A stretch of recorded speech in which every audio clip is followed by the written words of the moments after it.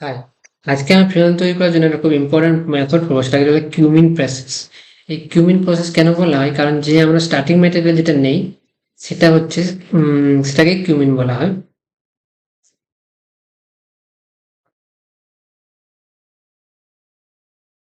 তো এটাকে বলে আইসোপ্রোপাইল বেনজিন বা কিউমিন। তো কিউমিনে যদি আমরা অক্সিজেনের সাথে ট্রিট করি তাহলে এখানে কিউমিন হাইড্রোপার অক্সাইড তৈরি হয়। তাহলে ভালো করে বোঝার চেষ্টা করো কি হয় ব্যাপারটা। এখানে কার্বনের সাথে সিএইচ থ্রি রেডিক্যাল রিয়াকশন হয়। রেডিক্যাল রিয়াকশনে এই সিএইচ বন্ডের মধ্যে O2 মলিকুলটা যুক্ত হয়ে যায়। এটাকে বলে কিউমিন হাইড্রোপারঅক্সাইড। তো কিউমিন হাইড্রোপারঅক্সাইড কাকে বলা হয়? এই মলিকুলকে বলে কিউমিন হাইড্রোপারঅক্সাইড। এরপরে যদি আমরা এইচ প্লাস এবং ওয়াটার যদি ট্রিট করা হয় এই মলিকুলটাকে, তাহলে কি হয়? এই মলিকুলটা এই প্রোটনকে লোন পেয়ার দেয়, বুঝলে? তো প্রোটনকে যখন লোন পেয়ার দেয়, তো কার্বনের সাথে সিএইচ থ্রি ও আর যেহেতু প্রোটন দিয়েছে তার জন্য একটা হাইড্রোজেন ছিল, আর একটা হাইড্রোজেনের সাথে যোগ হয়ে যাচ্ছে, আর যেহেতু ইলেকট্রন পেয়ার ডোনেট করেছে পুরোটা, তার জন্য পজিটিভ হয়ে যাবে। দেখো, এখান থেকে যদি ওয়াটার মলিকুলটাকে বের করে দাও তাহলে সেটা স্টেবল মলিকুল হয়ে বেরিয়ে যাবে। তার জন্য কি হয়, এই বন্ডটা কি হয়, অ্যাকচুয়ালি এখানে ইলেকট্রন পেয়ার ডোনেট করে তখন চারটা হাত হয়ে যাচ্ছে। হ্যালো,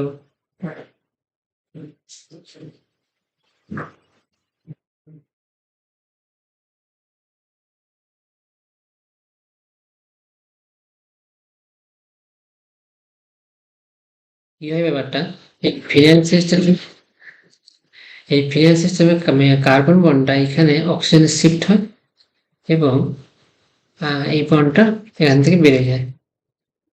তাহলে কি হয়, মলিকুলটা তো ওয়াটার মলিকুলটা একটা ওয়াটার মলিকুল বেড়ে যায় এবং এখানে ফিনাইল সিস্টেমের সাথে অক্সিজেনের বন্ড তৈরি হয়, আর তার সাথে কার্বন থাকে আর সিএইচ3 এবং দুটো সিএইচ থাকে এবং এখানে পজিটিভ চার্জ থাকে। এরপর কি হয়, মিডিয়াম রিয়াকশন মধ্যে ওয়াটার ছিল, তো ওয়াটারে অক্সিজেনের লোন পেয়ার আছে, তো লোন পেয়ার কি করে, এই কার্বনকে অ্যাটাক করে। তাহলে কি হয় ব্যাপারটা, আমি carbon position oxygen position change করে দিলাম, তাহলে এই কার্বনের সাথে একটা নতুন ওয়াটার মলিকুল এসে যোগ হয়েছে, সিএইচ3 সিএইচ থ্রি। এখন ওয়াটার মলিকুল যেহেতু ইলেকট্রন দিয়েছে এটা পজিটিভ হয়ে যাবে এবং এখান থেকে প্রোটন বেড়ে যাবে। তাহলে প্রোটন বেড়ে গিয়ে কি হয়,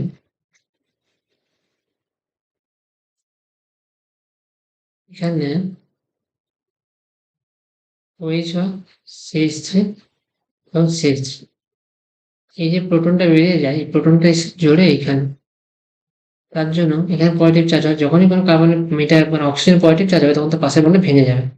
তখন এখান থেকে কি হয়, ভাঙে না, এই ইলেকট্রন পেয়ার এখানে দিচ্ছে, কার্বনের চারটা হাত বন্ড ভজিয়ে দেয় আর এইখানে বন্ডটা ভেঙে যায়। তো বন্ডটা ভেঙে গিয়ে এখানে এখানে ফিনল তৈরি হয়, সাথে এখানে কার্বন তার সাথে অক্সিজেন যেহেতু ইলেকট্রন পেয়ার দিবে এক্ষুনি, তার জন্য এখানে পজিটিভ চার্জ হবে, একটা সাথে হাইড্রোজেন ছিল আর সিএইচ3 সিএইচ থ্রি।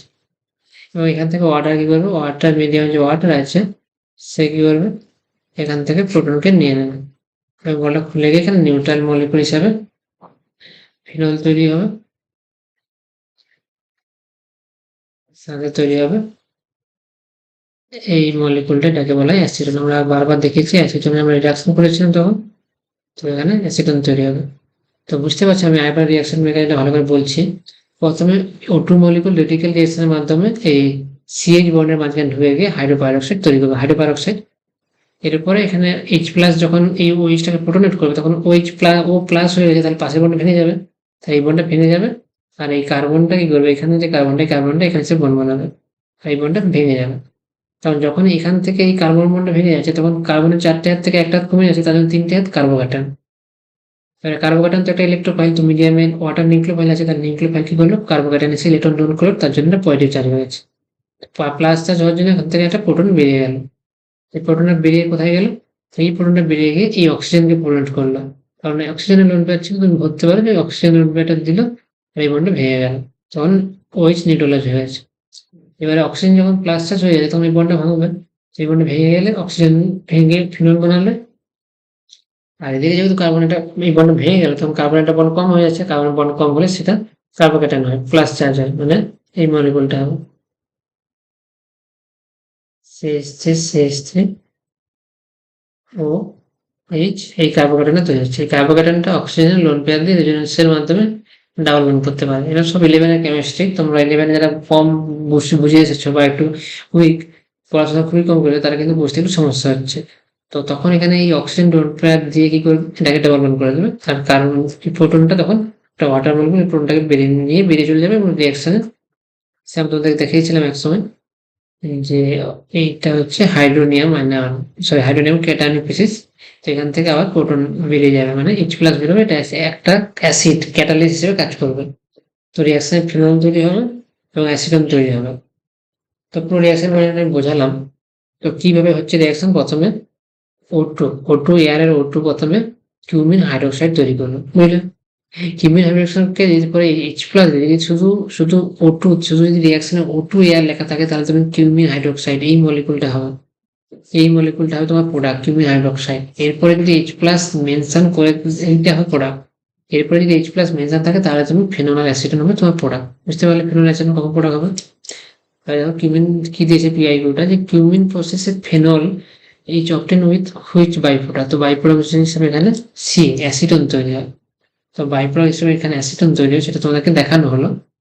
তো এই রিয়াকশনটা যদি ভালো করে খাতায় ড্র করবে এবং বোঝার চেষ্টা করবে। কারণ আমরা কি বলেছি যে প্রথমে হাইড্রোপারঅক্সাইডটা তৈরি হয়েছে, ঠিক আছে, তারপরে লোন পেয়ার তার প্রোটনের সাথে তৈরি করে এই ও H2 মলিকুলটা যে তৈরি করলো, এই H2 মলিকুলটা বেরিয়ে যাবে, তো ধরুন -H2 লিখেছি। যখনই একটা বন্ড কমে যাবে, যখনই এই কার্বনটা শিফট করলো তখন এই কার্বনটা ভেঙে গেল, তো এই যখন কার্বনের একটা বন্ড কম হয়ে যাবে তখন সেটা কার্বোক্যাটায়ন হবে। কার্বোক্যাটায়নটা হলো ইলেকট্রোফাইল ওয়াটার নিউক্লিওফাইল, তাদের মধ্যে বন্ড তৈরি হলো, সেখান থেকে ওই এই মলিকুলটা তৈরি হলো, তারপর ফেনল এই প্রোটনটাকে নিয়ে নিল, এই মলিকুলটা নিউট্রালাইজ হয়ে গেল। তারপরে এই বন্ডটা ভেঙে যাচ্ছে, কারণ অক্সিজেন প্লাস হয়ে গেছে, তার পাশে বন্ডটা ভাঙবে, তাহলে এই বন্ডটা ভাঙলো, এই বন্ড ভাঙার সঙ্গে সঙ্গে কার্বনের বন্ড কমে গেছে, কার্বোক্যাটায়ন তৈরি হয়েছে। সেটা আবার কি করে অ্যাসিটন তৈরি হলো সেটা কিন্তু আমরা বারবার দেখিয়েছি। তো এই রিয়াকশনটা বলা হলে তোমরা দুবার প্লে করবে ভিডিওটা, কিন্তু মেকানিজমটা বুঝবে, কারণ মেকানিজম হচ্ছে এইগুলো হচ্ছে অর্গানিক রিঅ্যাকশন কেমিস্ট্রি, যেগুলো তুমি হায়ার স্টাডিজে গিয়ে এমএসসি বিএসসি তে গিয়ে বিএসসি এমএসসি পিএইচডি তে এগুলো করবে।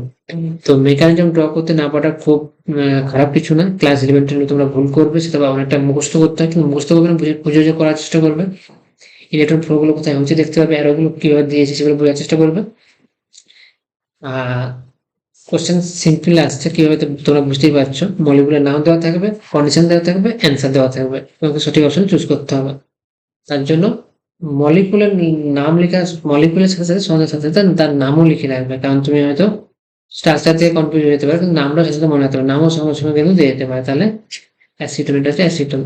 মলিকুলের স্ট্রাকচারের সাথে সাথে তার নামও মনে রাখাটা খুব দরকার। আমি বারবার তোমাকে বললাম যে প্রোপান-2 তৈরি হচ্ছে, প্রোপান-2 স্ট্রাকচার মাথায় থাকে যে অ্যাসিটনকে রিডিউস করে যে অ্যালকোহলটা তৈরি হয় 2 ডিগ্রি অ্যালকোহল, সেটা হচ্ছে প্রোপান-2।